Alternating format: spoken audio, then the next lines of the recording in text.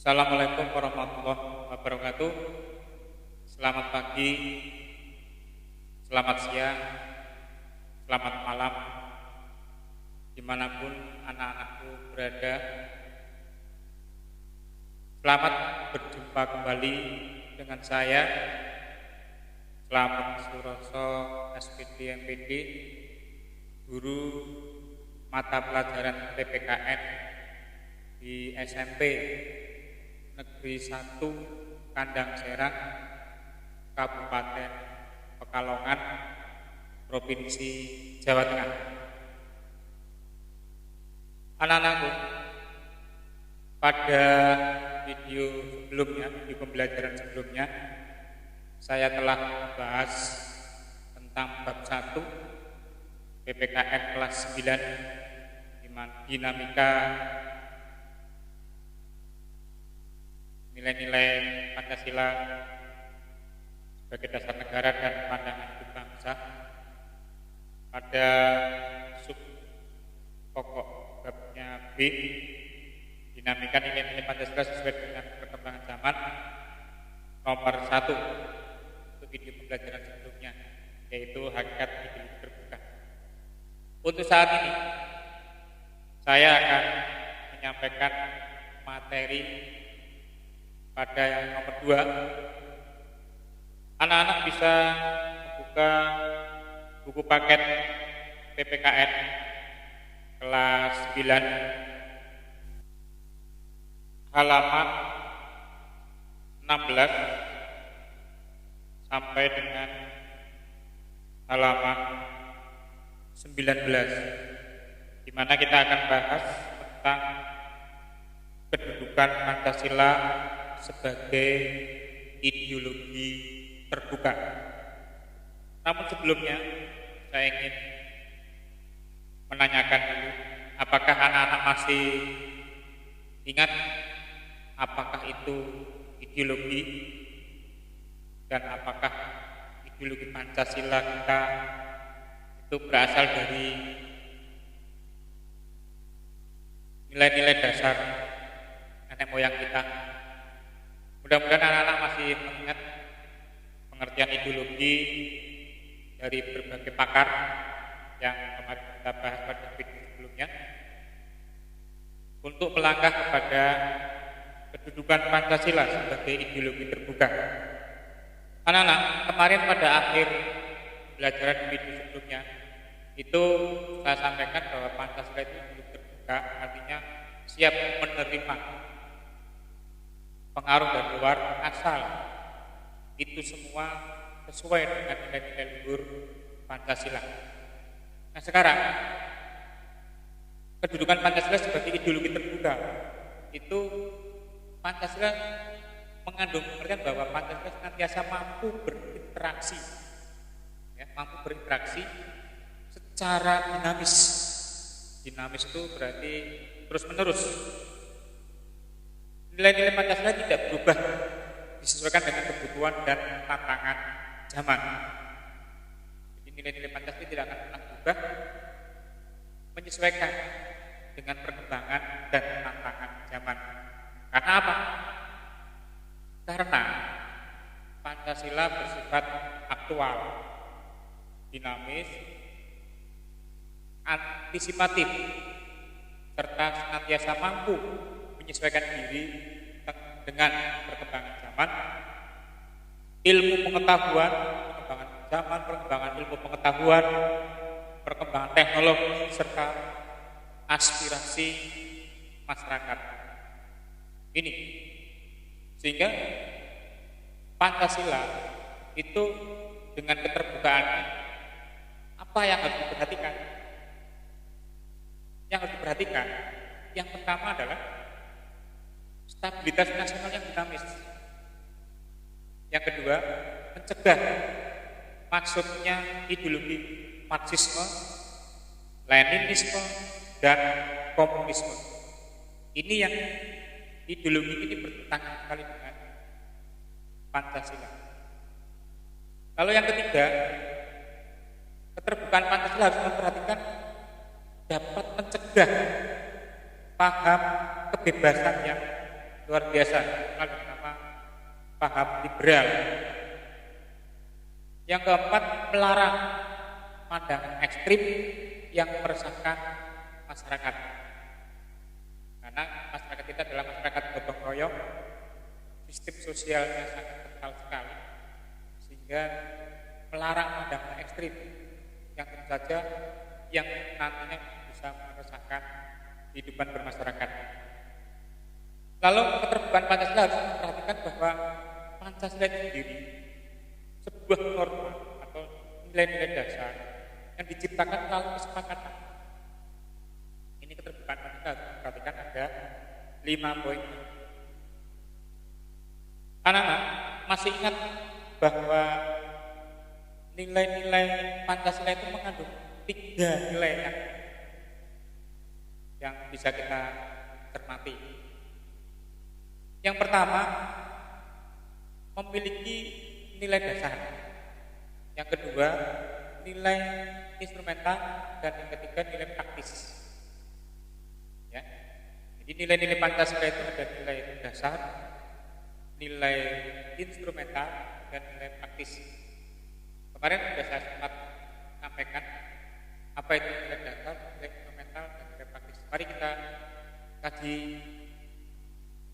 lagi tentang nilai-nilai Pancasila tersebut. Yang pertama, pengertian nilai dasar. Nilai dasar itu bersifat universal, umum. Ya. Nilai dasar bersifat universal, umum. Terkandung di dalamnya itu cita-cita, tujuan, serta nilai yang dianggap baik dan benar.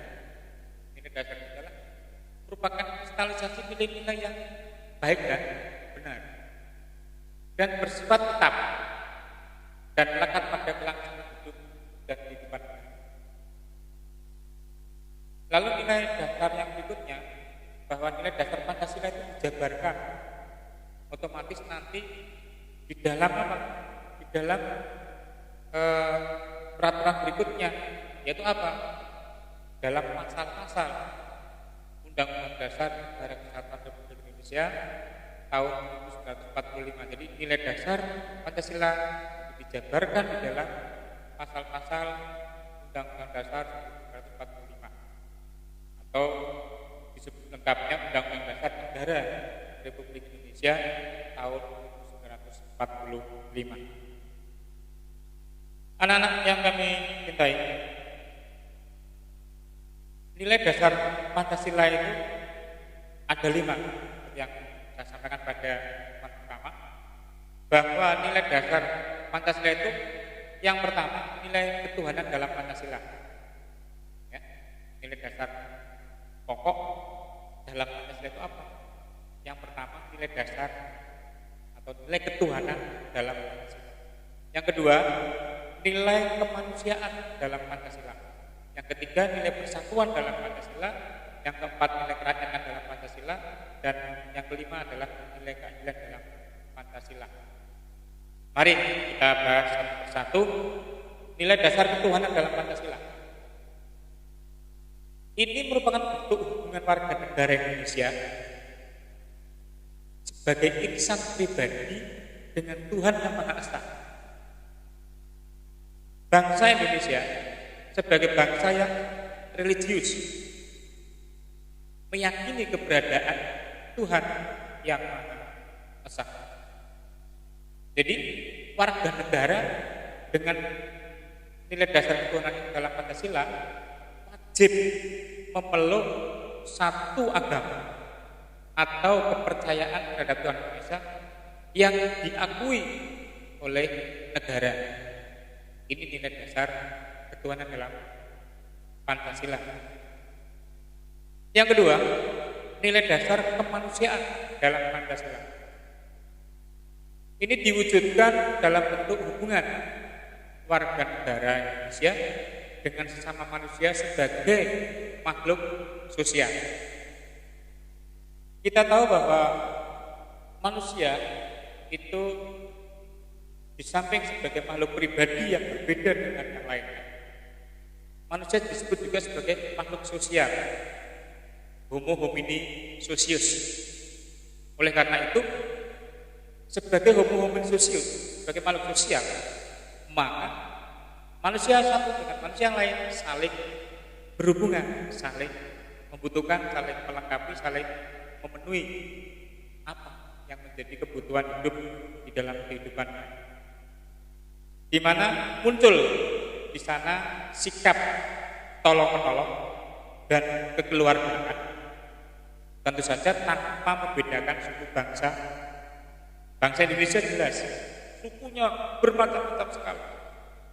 Bangsa Indonesia punya sekian ratus suku, bahkan ada suku yang mungkin namanya belum deteksi atau tercatat ya, dalam sejarah.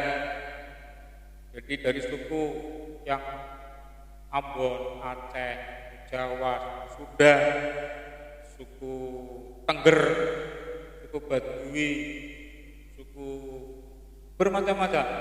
Ini saling tolong-menolong, keluarga tidak membedakan. Semua adalah warga negara Indonesia, semua adalah anak bangsa itu Indonesia. Agama, ya, ras, antar golongan maupun antar bangsa.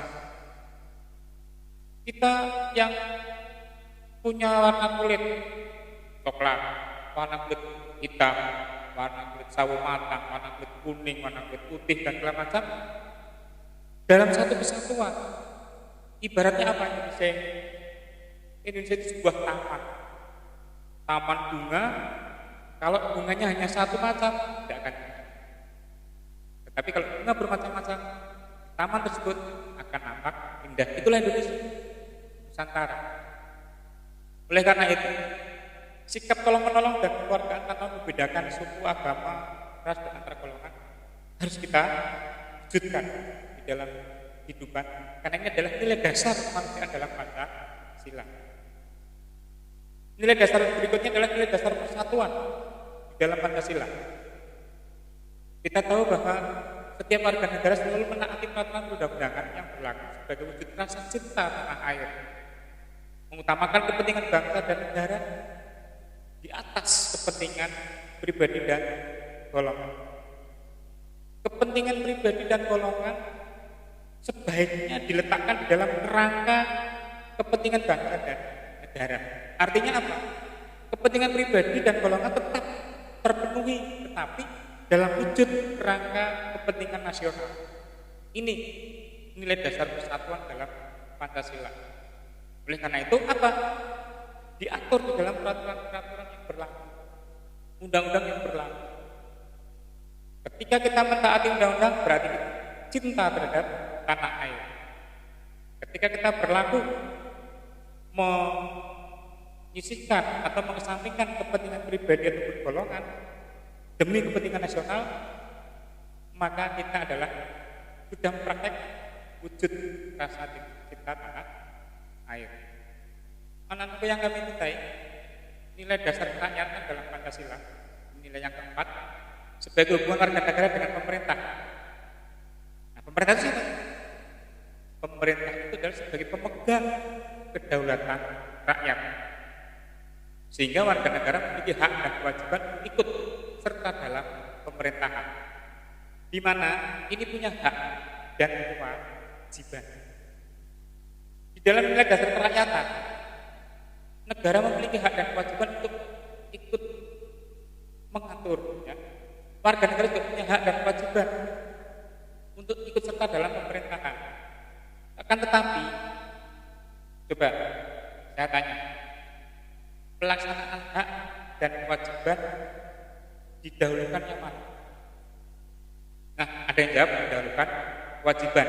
Sebetulnya ini enggak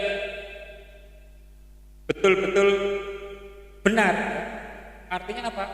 Tidak 100% benar.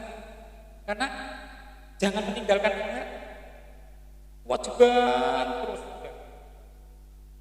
melaksanakan kewajiban, hak ditinggalkan, melaksanakan kewajiban haknya ditinggalkan. Tidak. Artinya begini, bahwa hak dan kewajiban itu tujuannya, hak itu diletakkan dalam rangka pelaksanaan kewajiban. Oleh karena itu, ketika kita melaksanakan kewajiban, otomatis Ini nilai dasar kerakyatan dalam Pancasila. Ketika kita terlibat dan mematuhi segala peraturan pemerintah, maka hak kita akan terpenuhi. Apa? Rasa aman, ya kan? Hak kita punya rasa. Lalu ketika kita melaksanakan kewajiban di jalan raya misalnya, mematuhi lalu lintas dan jembatan sesuai dengan aturan yang berlaku, maka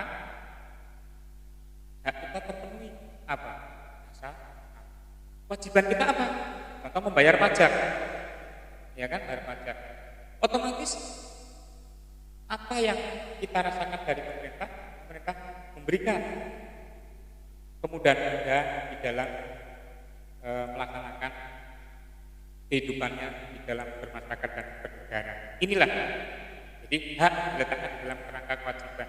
Nilai dasar kerakyatan dalam Pancasila seperti itu. Lalu nilai dasar keadilan dalam Pancasila, adil. Nah ini, anak-anak masih ingat, adil itu dibagi menjadi berapa? Dan apakah adil itu harus sama rata?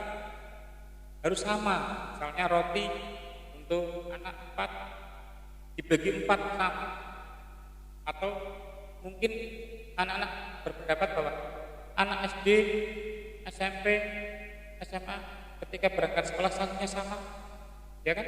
Apakah seperti itu? Adil itu ada dua, adil distributif dan adil kompetitif. Adil distributif, yang pertama adil sesuai dengan kapasitasnya masing-masing. Misalnya adil apabila anak SD diberi uang saku 5.000, anak SMP otomatis lebih karena kebutuhannya lebih, anak SMA lebih dari itu. Ini adil distributif. Jadi ada yang itu sama itu pembagian apa yang harus sama, adil, ditimbang atau diukur atau dibelah, adil. Oleh karena itu, apabila anak-anak melaksanakan haknya atau melaksanakan kewajibannya, maka akan mendapatkan adil apabila mendapatkan haknya sesuai dengan kewajiban yang dilaksanakan. Iya kan? Oleh karena itu, di dalam keadaan seperti ini ada lagi contoh yang lain, misalnya gaji seorang karyawan biasa dengan gaji seorang direktur dan gaji seorang pimpinan otomatis akan berbeda sesuai dengan apa? Nah, distributif sesuai dengan tanggung jawabnya masing-masing. Dia mendapatkan hak sesuai dengan tanggung jawabnya. Oleh karena itu setiap warga negara dituntut untuk meningkatkan taraf hidupnya yang lebih baik dengan bekerja keras, pola hidup sederhana, berlaku adil serta menghargai karya orang lain. Itu nilai dasar keadilan. Lalu anak-anak, tadi nilai dasar, sekarang pengertian nilai instrumental. Nilai instrumental adalah instrumen yang menjabarkan parameter dan cara untuk mencapai hal-hal yang diamanatkan nilai dasar. Jadi ini nilai penjabaran nilai dasar. Tanpa nilai instrumental, maka nilai dasar akan sangat sulit untuk diterapkan dalam berbangsa dan bernegara. Penjabaran nilai instrumental dalam ideologi Pancasila otomatis berupa peraturan undang-undang dan lembaga pelaksanaannya. Misalnya, dijabarkan dalam Undang-Undang Dasar 1945, ketetapan MPR, undang-undang dan peraturan presiden, peraturan presiden, peraturan pemerintah, peraturan menteri dan segala macam sampai peraturan ke bawah. Ya kan? Ini peraturan penjabaran daripada nilai-nilai dasar yang dijadikan instrumental dalam ideologi Pancasila berupa peraturan perundang-undangan. Jadi instrumental itu pelaksanaan dari penjabaran dari nilai dasar Pancasila yang 5 sila tersebut. Lalu nilai yang ketiga, nilai praktis ideologi Pancasila. Nilai praktis merupakan pengalaman nyata alam kehidupan sehari-hari dalam bermasyarakat, berbangsa dan bernegara. Ingat, praktek keseharian sesuai dengan nilai-nilai Pancasila yang dinamakan dengan nilai praktis ideologi Pancasila. Nilai-nilai Pancasila berkembang dan dapat dilakukan perubahan dan perbaikan, ya kan? Sesuai dengan apa? Sesuai dengan perkembangan zaman. Maka nanti tadi ideologi terbuka dan aspirasi masyarakat sebagai ideologi yang tadi sampaikan ideologi terbuka. Karena apa? Aspirasi masyarakat dari zaman ke zaman otomatis berbeda generasi, berbeda aspirasi. Tetapi tidak lepas dari nilai-nilai nilai-nilai daripada Pancasila. Anak-anak, ada beberapa dimensi Pancasila sebagai ideologi terbuka. Yang pertama ideologi idealisme, dimensi idealisme. Yang kedua dimensi normatif. Dan yang ketiga dimensi realistis. Jadi Pancasila memiliki 3 dimensi. Yang pertama dimensi idealisme, dimensi normatif, dan dimensi realistis. Dimensi idealisme Pancasila ini ide, dimensi idealisme Pancasila mengandung cita-cita, ide, gagasan, cita-cita ya, yang ingin dicapai dalam berbagai bidang kehidupan bermasyarakat, berbangsa dan bernegara. Untuk apa? Untuk mengetahui arah untuk membangun kehidupan bersama itu apa? Ini idealisme Pancasila. Lalu dimensi ini mampu memberikan harapan, optimis, memberikan motivasi untuk mewujudkan cita-cita, ide-ide, gagasan-gagasan dengan nilai-nilai yang tinggi di dalam tatanan atau ide di dalam bangsa dan negara kita ini. Yang kedua dimensi normatif. Dimensi ini mengandung pengertian bahwa nilai-nilai Pancasila dijabarkan dalam satu sistem norma, dalam langkah-langkah yang bersifat operasional, berbentuk norma, aturan, hukum yang berlaku. Ini dimensi normatif, norma-norma yang berlaku, dijabarkan lagi. Ini dimensi Pancasila, dimensi normatif Pancasila itu dijabarkan dalam satu sistem aturan-aturan ke dalam langkah-langkah yang bersifat pelaksanaan, action, atau aturan hukum yang pasti, yang jelas. Dimensi realitas Pancasila itu mampu dijabarkan dalam kehidupan masyarakat secara nyata. Jadi aturan itu dijabarkan dalam masyarakat secara nyata. Jadi jangan sampai aturan itu ternyata tidak tepat di sasaran masyarakatnya. Dalam kehidupan sehari-hari maupun dalam kehidupan bernegara. Jadi kalau dimensi realitas itu otomatis sesuai dengan kenyataan yang ya, gitu. Saya kira demikian anak-anak untuk pembahasan materi yang kedua tentang bukan Pancasila sebagai ideologi terbuka. Mudah-mudahan kalian memahami apa yang saya sampaikan dan nanti pada kegiatan berikutnya akan saya sampaikan materi selanjutnya yaitu halaman 18 sampai dengan halaman berikutnya tentang perwujudan nilai-nilai Pancasila dalam berbagai kehidupan, praktek kehidupannya seperti apa. Nanti kita bisa kamu pelajari lebih dulu halaman 19 sampai dengan halaman 26. Ini nanti akan kita bahas berikutnya pada pertemuan berikutnya. Jangan lupa kalian semuanya untuk selalu mengikuti video pembelajaran PPKN dari saya dan mohon untuk subscribe agar kalian semuanya selalu bisa terupload atau bisa terhubung dengan kami untuk menyampaikan materi pelajaran PPKN. Dan mudah-mudahan bagi Bapak Ibu guru PPKN di seluruh Indonesia, video pembelajaran ini bisa dijadikan salah satu sumber atau bahan pengajaran kepada putra-putrinya pada masa kegiatan yang dilakukan dari rumah ataupun secara daring. Bapak Ibu guru PPKN yang kami hormati dan anak-anakku semuanya di seluruh Nusantara, terima kasih atas perhatiannya. Sekian. Wabillahi taufiq wal hidayah. Assalamualaikum warahmatullahi wabarakatuh.